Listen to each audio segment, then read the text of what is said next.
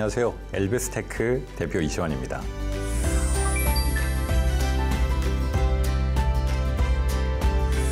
저희는 이동 약자, 흔히 말하는 장애인분들을 위한 내비게이션 서비스를 하고 있고요. 그 내비게이션 서비스를 통해서 이동 약자분들의 생활에 또는 이용에 도움이 되고자 하는 플랫폼을 만드는 기업입니다. 쉽게 말하면 저희는 어플리케이션 중에 그 자동차 내비게이션 같은 보행 전용 내비게이션이라고 보시면 될 것 같고요.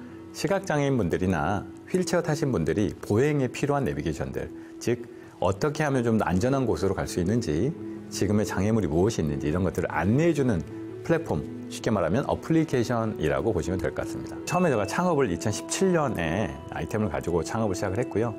법인으로 이제 2019년에 전환을 하면서 본격적으로 사업은 시작이 됐습니다. 그래서 그 처음에 사업을 시각 장애인들을 위한, 쉽게 말하면 인터페이스, 소리나 진동으로 안내해주는 서비스에서 휠체어용 서비스, 그리고 지금은 배송 로봇을 위한 그런 보행로의 안내 서비스까지 하고 있다고 보시면 될 것 같아서 벌써 저희도 업력이 한 8년차 이상 되고 있네요. 처음에 시작은 일단 저희 사촌 동생이 시각장애가 좀 있어서 저보다 핸드폰을 되게 잘 쓰는데도 불구하고 이런 얘기를 하더라고요.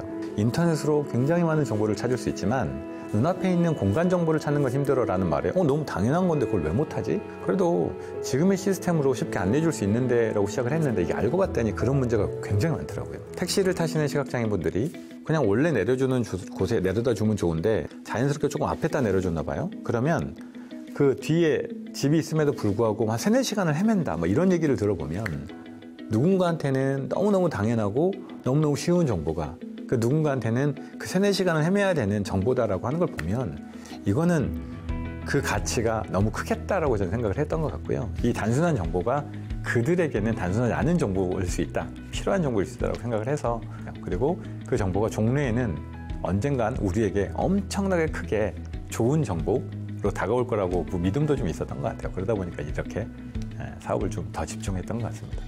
그 장애인분들의 이동, 특히 저 가까운 가족들이 이런 장애가 있어서 그들의 또는 그 친구의 어려움을 보고 시작을 한 것도 있지만, 자세히 보면 단순히 장애인분들의 이동이나 어려움을 극복해 주는 거를 넘어서 장애인들의 이동을 거의 완전에 가깝게 안내를 해준다고 하면 이런 사업들이 종래에 자율주행 또는 배송 로봇 같은 사업이랑도 연계가 된다고 생각을 해서 완전히 체계적인 비즈니스가 될 수 있다고 생각해서 저희는 어려운 사람을 돕기도 하고 사회적으로도 완성도를 높은 비즈니스를 만들 수 있다고 생각해서 이런 것들을 시작하게 됐습니다.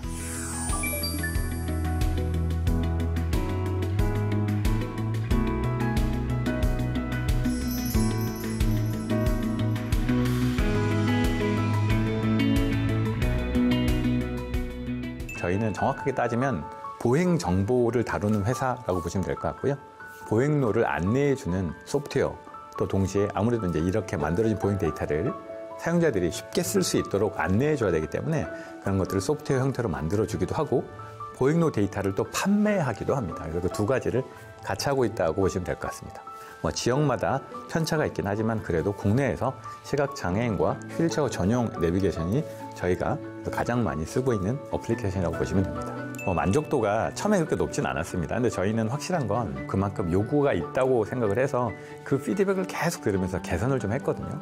GPS의 정확도라 그래서 보행을 하다 보면 아무래도 자동차 GPS도 정확도가 떨어질 때가 있잖아요.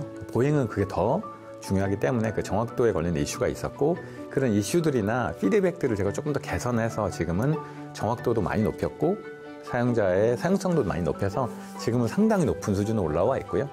처음에 저희가 이걸 만들면서 갑자기 이런 생각이 드는데요.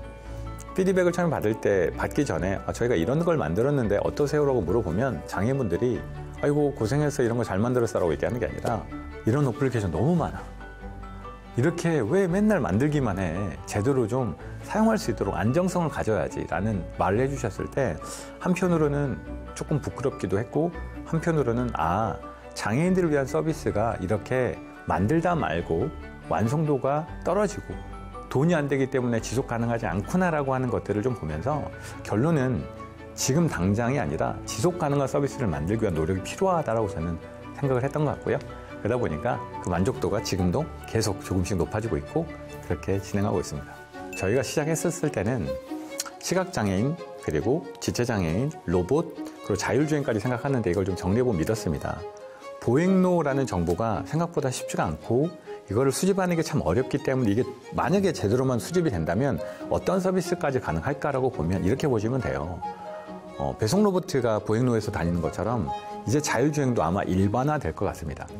운전은 기술이 아니게 될 거고요. 누구나 쉽게 이 자동차라는 걸 타게 될 건데 그 다음부터는 기술이 저는 이렇게 생각합니다. 내려주는 게 기술이다. 무슨 말이냐면 휠체어 타신 분들이 어디다 내려줘야 될까요?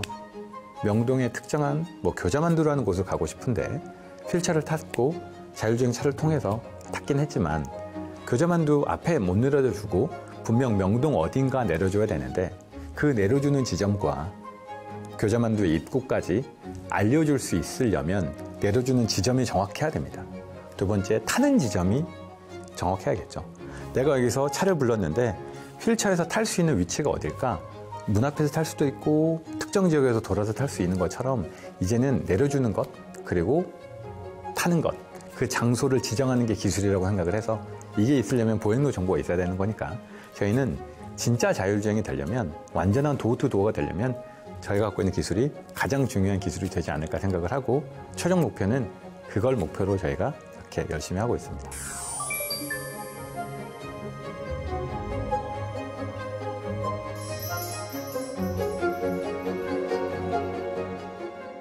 여러 가지 비즈니스적인 원리이기도 하지만 장애인들을 도와주는 서비스가 과연 지속적인 수익이 가능할까? 비즈니스를 지속할 수 있을까라는 측면에서 봤을 땐 항상 그 물음표가 따라옵니다. 기업이 사회적인 활동, CSR이나 여러 가지 봉사 활동으로 시작은 할 수 있으나 결론은 이동권이라고 하는 건 잠깐 반짝 도와주는 프로젝트는 아니거든요.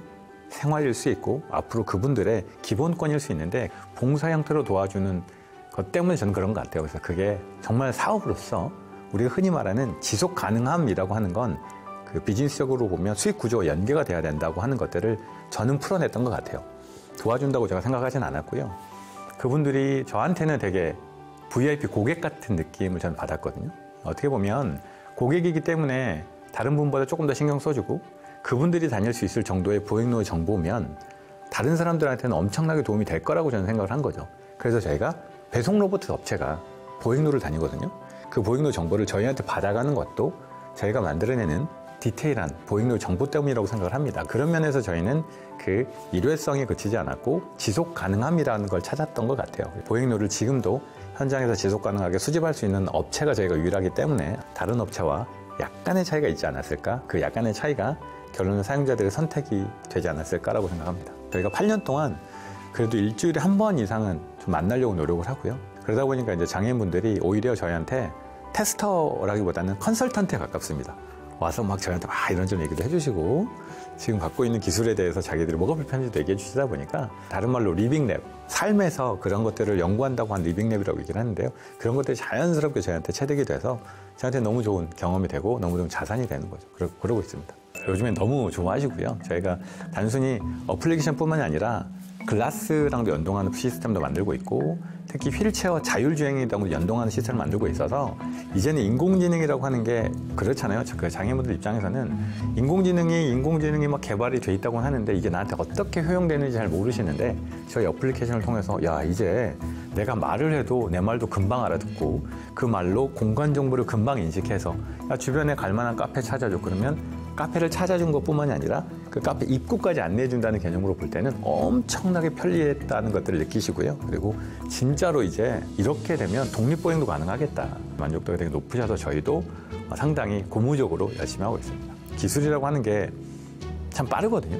그분들로 봤을 때는 따라갈 수 없을 정도의 속도인데 참 인공지능이라고 하는 건요. 오히려 기술을 그분이 따라갈 수 있을 정도로 범용성이 확대됐다는 측면에서 봤을 때는 아마 이제 그 생활에 정말로 기술이 적용되는 시점이 올 거라고 저희도 생각하고 있고 그런 면에서 그런 분야로 제가 조금 더 노력하고 있다고 보시면 됩니다. 저희가 처음에 시작했었을 때는 분위기가 별로 좋지 않았습니다. 장애인 쪽으로 그냥 좋은 일 하고 있는 업체네, 사회적인 기업인가? 그런 정도만 생각하셨다가 저희가 이제 시간이 지나면서 보행로라는 정보를 쌓고 있고 근데 그 정보를 전국 단위로 수집을 하고 그것도 거의 실시간에 가깝게 수집하는 거에 대해서는 굉장히 놀라세요. 그래서 저희랑 협업도 많이 하시고요. 대기업에서도 저희한테 데이터를 요구하시기도 하고 저희가 데이터 표준을 만들기도 하고 심지어 저희가 지금 국토부나 행정안전부랑 같이 사업을 하면서 보행로 그리고 입구가 이렇게 생겨야 됩니다라고 하는 표준화 작업도 제가 같이 하고 있거든요. 처음에는 정부에서는 그냥 좋은 일 하고 있는 업체였네 그러다가 지금은 그래도 보행로라고 하는 공간 정보에서만큼은 굉장히 노력하고 어느 정도 기준까지는 안 될 수 있는 업체라고 인정해 주셔서 지금 요즘 분위기는 되게 좋습니다. 저희가 이제 해외는 아무래도 작은 업체다 보니까 저희가 어필할 수 있는 건 여러 가지가 있었는데 특히 박람회나 컨벤션 그리고 대회 같은 걸 참석을 하는데요. 그 전 세계적으로 제일 유명한 대회를 저희는 이제 두 가지로 보는데 유럽에서 하는 MWC라고 하는 모바일 월드 컨그레스라고 하는 프로젝트가 있고요. 그 다음에 베가스에서 하는 CES라고 하는 혁신 가전이라고 하는 쇼가 있는데 제가 그 두 곳에서 다 이제 혁신상을 좀 받았고요. MWC 같은 경우는 거의 국내에서 한 기업씩, 두 기업씩만 주는 건데도 불구하고 제가 받아서 굉장히 기술적으로 인정을 많이 받았고요. 올해 또 CES에서도 휠체어 기반 내비게이션으로 좀 상을 받아서 저희 나름대로는 국내외에서 좀 인정을 많이 받는다라고 보고 있고 특히 미국에서 저희가 그 학교랑 프로젝트를 하고 있거든요. 장애인이 접근할 수 있도록 안내해주고 수업에 편리를 좀 줄 수 있도록 하는 시스템을 만들다 보니 그걸 또 잘 인정받아서 미국에서는 미국 대통령 표창까지 받는 그런 쾌거를 좀 이루어서 국내외적으로 열심히 해라 라고 관심도 많이 받고 있고 응원도 많이 받고 있는 중입니다.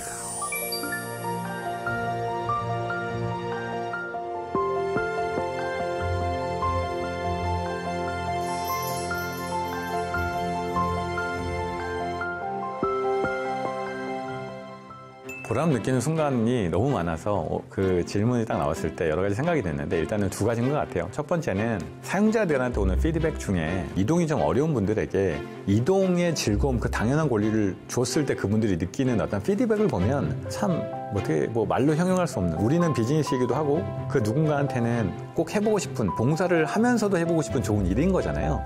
그 두 가지를 같이 할 수 있다는 면에서 봤을 때 너무 보람을 느끼는 게 있고요. 두 번째는 저희 직원들 같아요. 직원들이 처음에는 몰랐지만 그런 제가 갖고 있던 생각들이 비전이 공유가 되고 내가 이거를 돈 버는 수단이 아니라 사회 하나의 일원으로서 역할을 하고 있다라고 느끼고 그분들이 발전하는 걸 보면 내가 갖고 있는 좋은 방향들이 우리 직원들에게도 전파가 되는구나라는 걸 보면 그때 가장 많이 보람을 느끼고 있다고 보시면 됩니다. 저희 회사가 몇 년 동안 ESG로 굉장히 관심도 받았고 저희가 하고 있는 것 자체가 ESG의 좋은 사례라고 볼 수 있는데요. 저희가 ESG 활동 중에 보행로를 수집하는 걸 지금 노인분들이 수집해주고 계시거든요. 보건복지부랑 같이 해서 노인분들 인력 공공근로 사업으로 제가 하고 있습니다. 그래서 핸드폰으로 사진을 찍으시면 자연적으로 보행로에 있는 장애물들 입구가 어떻게 생겼는지를 수집하는 걸 하고 있고 이미 1000분 이상 그걸 하고 계세요. 그리고 올해는 한 5000명 이상 하게 될 것 같은데 결론은 이 소셜에서 갖고 있었던 이런 정보들이 서로 공유가 될 수 있도록 하는 그런 에코시스템을 만드는 거 저는 ESG라고 생각을 하고 있고요. 사회적으로 약자로 분류되어 있는 노인분들이 그분들을 위해서 사진을 찍어주고 그 데이터가 의미 있는 데이터로 정리가 돼서 그분들의 안내도 해주고 우리가 흔히 말하는 그 사회에 제일 필요한 공공의 재원으로도 활용할 수 있다는 면에서는 ESG의 좀 좋은 모델이 아닌가 생각을 하고 있고요. 단순히 공공근로뿐만 아니라 지금 여러 형태로 장애인 고용공단, 서울시랑도 같이 협업을 통해서 저희가 데이터를 모으고 이 데이터가 정책으로도 수반될 수 있도록 사회적으로도 복지뿐만 아니라 안전 여러 가지 측면에서도 쓸 수 있도록 데이터를 모으고 있거든요. 그런 면에서는 ESG에 좀 좋은 사례가 되려고 저희가 노력을 하고 있습니다. 결론은 이 기술이 종래에는 우리 모두를 위한 기술이 된다는 걸 조금 현실적으로 그게 말이 아니라 행동과 실천으로 보여주는 기업이 되고 싶고요. 지금이 이제 2025년이 됐는데 제가 그래도 한 3, 4년 안에는 큰 형태로 조금 더 우리나라를 대표하는 유니콘 기업이 되기 위해서 노력을 할 거고 단순히 기술의 집약뿐만이 아니라 다양한 형태로 장애인들이 현실적으로 도움을 줄 수 있는 대한민국의 그래도 대표가 되는 기업이 되기 위해서 노력하는 게 제가 갖고 있는 마지막 소원이기도 하고 제 스스로의 다짐이기도 합니다.